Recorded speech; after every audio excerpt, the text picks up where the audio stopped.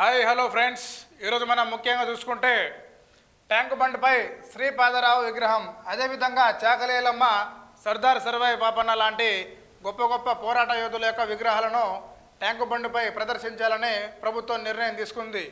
అయితే ప్రభుత్వానికి మేము చేసే మరొక విన్నపం ఏంటంటే, తెలంగాణలో ఉన్నటువంటి అధికంగా నివసిస్తున్న జనాభా ఎవరంటే గిరిజనులు. ఆ గిరిజనుల తరపున గొప్ప గొప్ప పోరాట నాయకులు ఉన్నారు. అందులో భాగంగా మనం ముఖ్యంగా చెప్పుకుంటే ఈరోజు జాటోతు ఠాను నాయక్ గురించి మనం మాట్లాడుకోవాలి. తెలంగాణ రైతాంగ సాయుధ పోరాట సమయంలో